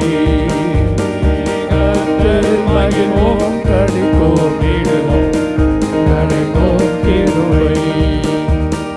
ஜாதி ஜனங்களையும் வந்து மோதி அசைத்திடுவார். ஜாதி ஜனங்களையும் வந்து மோதி அசைத்திடுவார். காத்து தவிக்கும் உள்ள மகிழும் கர்த்தரை வந்திடுவார். காத்து தவிக்கும் உள்ள மகிழும் கர்த்தரை வந்திடுவார். கிருபை எம்மை சூழ்ந்து கொள்ளும் தம் கிருபை, கர்த்தரில் மகிழ்வோம், களி கூர்ந்திடுவோம், அடைந்தோம் கிருபை. கர்த்தரில் மகிழ்வோம், களி கூர்ந்திடுவோம், அடைந்தோம் கிருபை. உண்மையும் நேர்மையுமா இந்த ஊழியம் செய்திடுவோம். உண்மையும் நேர்மையுமா இந்த ஊழியம் செய்திடுவோம்.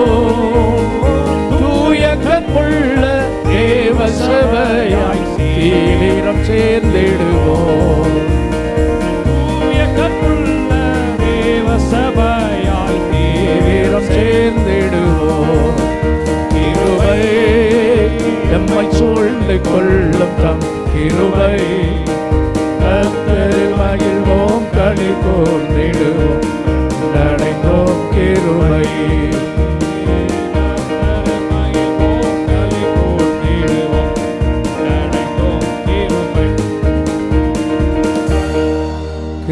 இரக்கம் நிறைந்த எங்கள் அன்பின் ஆண்டவரே, ஆசீர்வதிக்கப்பட்ட இந்த ஆராதனை நேரத்திற்காக நன்றி. மகத்துவமுள்ள உம்முடைய நாமத்தில் இந்த வருஷத்தின் இந்த 2வது ஆராதனையில் நாங்கள் போக வேண்டிய தூரம் வெகு தூரம். கர்த்தர் இந்த ஆண்டை எங்களுக்கு கிருபையாய் கொடுத்திருக்கிறீங்க. கர்த்தாவே, நாங்கள் எழுந்து செல்ல வேண்டிய இடங்களுக்கு, பகுதிகளுக்கு, ஊழியங்களுக்கு கர்த்தர் நாங்கள் திடமனதோடு எழும்பி செல்ல, நாங்கள் நிற்க வேண்டிய இடங்களிலே உமக்காக பக்தி வைராக்கியமாக நிற்க, பலன் கொள்ள எங்களுக்கு உதவி செய்யுங்க. இப்படி வார்த்தைகளை நாங்கள் நிலைத்திருக்க, கர்த்தர் எங்களுக்கு கொடுத்த காரியங்களில் விழிப்புள்ளவர்களாய் நாங்கள் செயல்பட எங்களை அர்ப்பணிக்கிறோம், ஒப்பு கொடுக்கிறோம். திருவசனத்தை பிரசங்கித்தமுடைய தாசருக்காய் ஜெபிக்கிறோம். இன்னும் பல நூறு மக்களுக்கு, பல ஆயிரம் சபைகளுக்கு ஆசீர்வாதத்தின் பாத்திரமாய் தமது அடியானை கர்த்தர் பயன்படுத்துங்க. கிருபையும் இரக்கமும் தெய்வீக சமாதானமும் எங்கள் யாவரோடும் இருக்கட்டும். சுகவீனமுள்ள பலவீனமுள்ள மக்களுக்காக, கர்த்தாவே, இந்த ஆராதனைக்கு வர தடைப்பட்டவர்களுக்காக, மாணவர்களுக்காக, வெளியூர்கள் வெளிநாடுகள் இருக்கிறவர்களுக்காக, பிறந்த நாள் திருமண நாள் காண்கிறவர்களுக்காக இந்த சமூகத்தில் வருகிறோம். தொடர்ந்து இந்த வாரத்தில் நடக்கிற இந்த யூத் கேம்ப், சபையிலிருந்து போகிற தெய்வ பிள்ளைகள் ஒவ்வொருவரையும் நீர் ஆசீர்வதியும், வழி நடத்தும். தெய்வ கிருபை உடைய பிள்ளைகளுடைய படிப்பு எதிர்காலங்களை கர்த்தர் முன் குறித்திருக்கிற கர்த்தர் கேட்ட வசனங்களின் அடிப்படையில் நாங்கள் உங்களுடைய நாமத்தை மகிமைப்படுத்த ஆண்டவர் எங்களுக்கு அனுக்கிரகம். கிருபையின் கரம் கூட இருக்கட்டும், எங்களை வழி நடத்தும். தீமைகள் பொல்லாப்புகளுக்கு விளக்கம், இயற்கை சீற்றங்கள், கர்த்தாவே, கால சூழ்நிலைமைகள் எல்லாவற்றிற்கும் பாதுகாத்து எங்களை வழி நடத்தும். அப்பத்தையும் தண்ணீரை ஆசீர்வதியும். தேவரீர் எங்களை ஆசீர்வதித்து எல்லைகளை பெரிதாக்கி, அது கரம் எங்களோடு இருந்து தீங்கி எங்களை துக்கப்படுத்தாதபடிக்கு அதற்கு எங்களை விலக்கி காத்தருள். நாம மகிமைப்படட்டும். கனம் துதி மகிமை ஏற்றுக்கொள்ளும். கர்த்தராகிய இயேசுவின் நாமத்தில் பிதாவே, ஆமேன். என் ஆத்துமாவே கர்த்தரை ஸ்தோத்திரி, முழுமையுடைய பரிசுத்த நாமத்தை ஸ்தோத்திரி. நம்முடைய கர்த்தராகிய இயேசு கிறிஸ்துவினுடைய கிருபை, பிதாவாகிய தேவனுடைய அன்பு, பரிசுத்த ஆவியானவருடைய அந்யோன்ய ஐக்கியம், சந்தோஷம், சமாதானம் நம் அனைவரோடும், தேவனுடைய பிள்ளைகள் யாவரோடும் அவருடைய வருகை பரியந்தம் இருப்பதாக. ஆமேன், ஆமேன், ஆமேன். கர்த்தருடைய ஆசீர்வதித்து காக்க கடவர். கர்த்தர் உன்மேல் கிருபையாக இருக்க கடவர். கர்த்தர் உனக்கு சமாதானம் கட்டளையிட கடவர். ஆமேன், ஆமேன், ஆமேன். எல்லாருக்கும் ஸ்தோத்திரம். கர்த்தர் உங்களை ஆசீர்வதிப்பாராக. சந்தோஷ், ஜாபேஸ், மனோஜ், இன்னொருத்தர் யார் வெளியே நிற்கிறது, எல்லாம் வந்து இங்கே இனி வந்து பார்த்துட்டு போங்க.